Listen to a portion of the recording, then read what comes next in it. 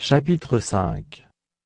Il s'éleva de la part des gens du peuple, et de leurs femmes de grandes plaintes contre leurs frères les Juifs.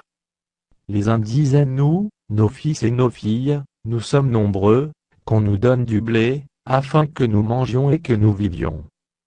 D'autres disaient: nous engageons nos champs, nos vignes, et nos maisons, pour avoir du blé pendant la famine. D'autres disaient: nous avons emprunté de l'argent sur nos champs, et nos vignes pour le tribut du roi. Et pourtant notre chair est comme la chair de nos frères, nos enfants sont comme leurs enfants, et voici, nous soumettons à la servitude nos fils et nos filles, et plusieurs de nos filles y sont déjà réduites. Nous sommes sans force, et nos champs et nos vignes sont à d'autres. Je fus très irrité lorsque j'entendis leurs plaintes et ces paroles-là. Je résolus de faire des réprimandes aux grands et aux magistrats, et je leur dis: quoi, vous prêtez intérêt à vos frères? Et je rassemblai autour d'eux une grande foule. Et je leur dis: nous avons racheté selon notre pouvoir nos frères les Juifs vendus aux nations, et vous vendriez vous-même vos frères, et c'est à nous qu'ils seraient vendus. Ils se turent, ne trouvant rien à répondre.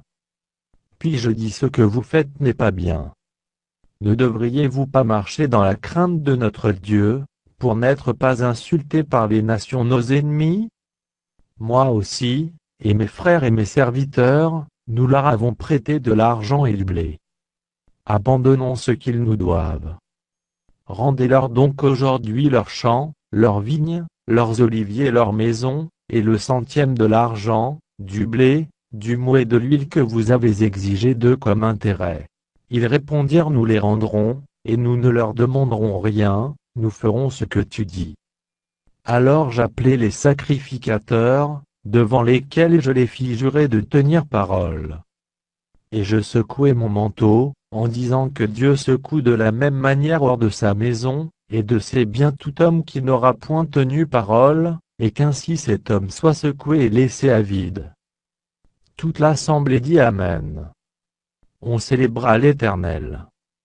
Et le peuple tint parole.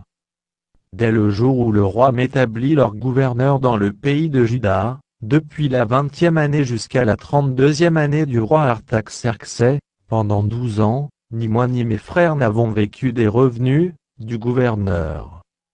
Avant moi, les premiers gouverneurs accablaient le peuple, et recevaient de lui du pain et du vin, outre 40 cycles d'argent, leurs serviteurs même opprimaient le peuple.